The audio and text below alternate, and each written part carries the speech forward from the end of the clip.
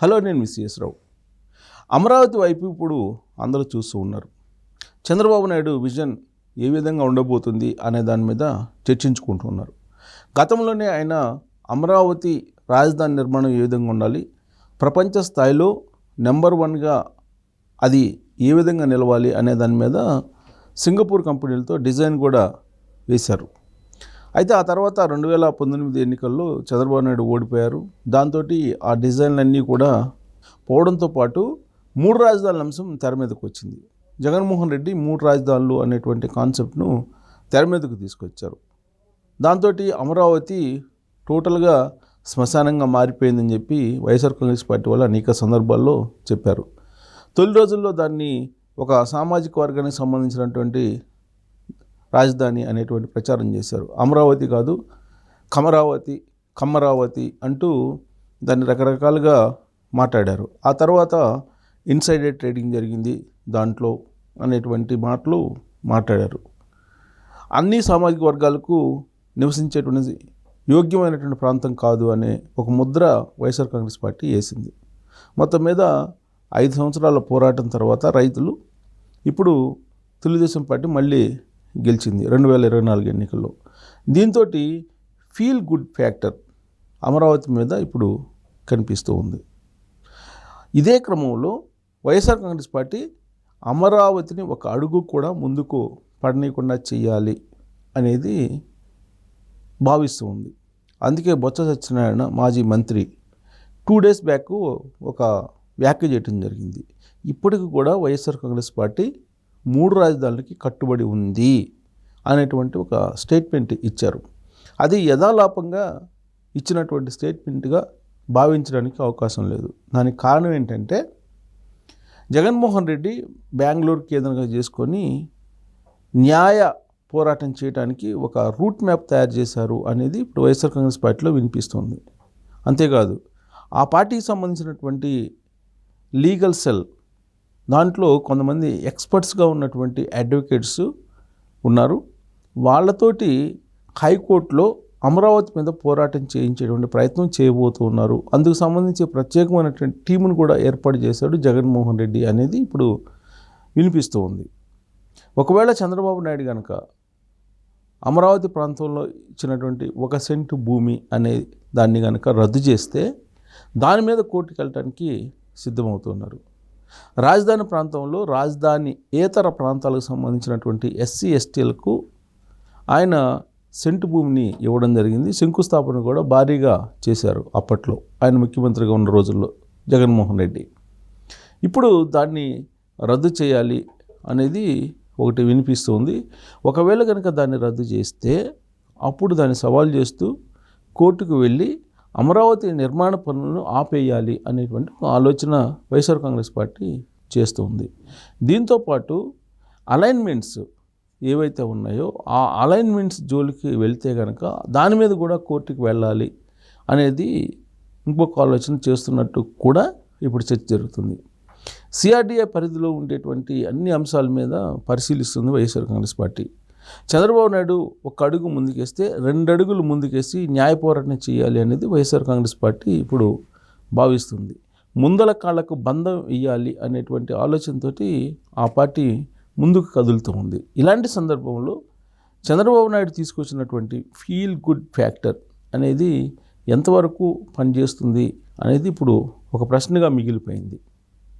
అయినప్పటికీ కూడా చంద్రబాబు నాయుడు ముఖ్యమంత్రిగా 4వసారి పదవి ప్రమాణ స్వీకారం చేసినటువంటి వెంటనే ప్రొక్లైనర్లు వచ్చాయి. అక్కడ అభివృద్ధి కార్యక్రమాలకి శ్రీకారం చుట్టారు. అర్ధాంతరంగా ఆగిపోయినటువంటి పనులన్నింటిని కూడా పునః ప్రారంభించారు. ఐఏఎస్ క్వార్టర్లు, ఐపీఎస్ క్వార్టర్స్, అలాగే ప్రభుత్వ ఉద్యోగులకు సంబంధించిన క్వార్టర్స్ వీటన్నిటిని కూడా రిపేర్ చేస్తూ ఉన్నారు. దాదాపు 80% పూర్తి అయినటువంటి భవనాలని శిథిలావస్థకు తీసుకెళ్ళిపోయాడు జగన్మోహన్ రెడ్డి.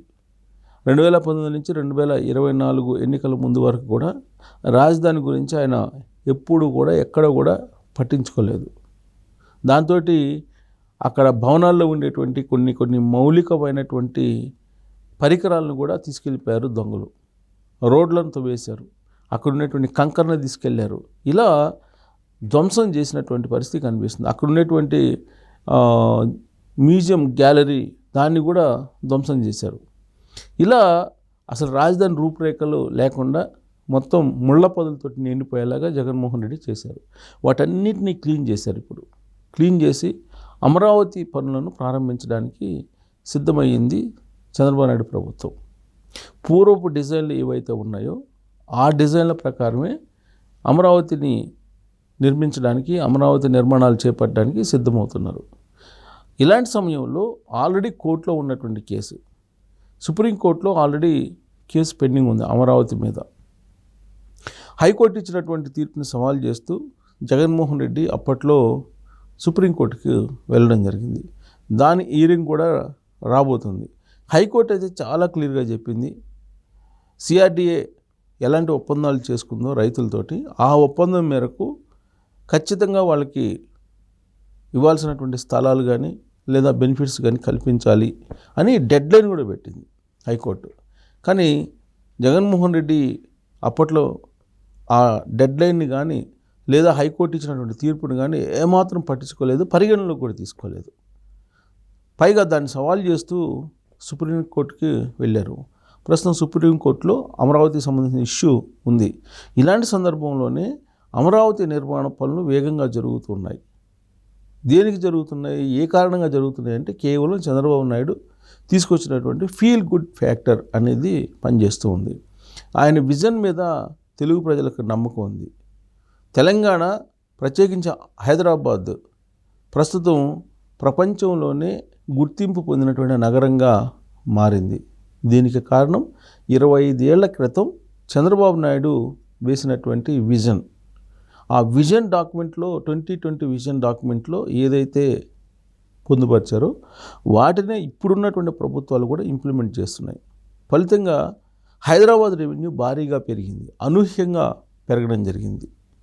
అంతిమంగా తెలంగాణ మొత్తం కూడా ఇవాళ ఆర్థికపరమైన పరిపుష్టి గల రాష్ట్రంగా కనిపిస్తూ ఉంది. దీనికి కారణం చంద్రబాబు నాయుడు ఆనాడు వేసినటువంటి 2020 విజన్ బీజం. అది మొక్కై చెట్టై ఇప్పుడు ఫలితాలను ఇస్తూ ఉంది. ఆ ఫలితాలను తెలంగాణ సమాజం అనుభవిస్తూ ఉంది. ఇలాంటి ప్రయత్నమే ఆంధ్రప్రదేశ్లో కూడా చంద్రబాబు నాయుడు 2014 ఎన్నికల్లో గెలిచిన తర్వాత చేశారు.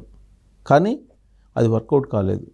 2019 నాటికి బీజం వేసినప్పటికి కూడా, బలమైనటువంటి పునాదులు వేసినప్పటికీ కూడా జగన్మోహన్ రెడ్డి ఆ పునాదుల్ని కూల్చేసేటువంటి ప్రయత్నం చేశారు, కొంతవరకు కూల్చారు. దాన్ని అధిగమించి ఇప్పుడు పునర్నిర్మాణం చేయడానికి చంద్రబాబు నాయుడు పూనుకున్నారు. ఆయన చేస్తున్నటువంటి ప్రయత్నం ఏదైతే ఉందో ఆ ప్రయత్నం విదేశస్తులను సైతం ఆకర్షిస్తూ ఉంది. ప్లస్ ఆయన ఎప్పుడైతే అమరావతి నిర్మాణ పనులు చేపట్టారో మరుక్షణమే అక్కడ భూముల రేట్లు ఆకాశానికి వెళ్ళిపోయాయి. ఫలితంగా ఆంధ్రప్రదేశ్ రెవెన్యూ కూడా రిజిస్ట్రేషన్ రూపంలో పెరిగే అవకాశం కనిపిస్తుంది. So Chandrababu Naidu vision feel good factor వెరసి అమరావతి అని చెప్పి మనం చెప్పచ్చు. దీని మీద మీ అభిప్రాయం తెలియజేయచ్చు. Thank you very much.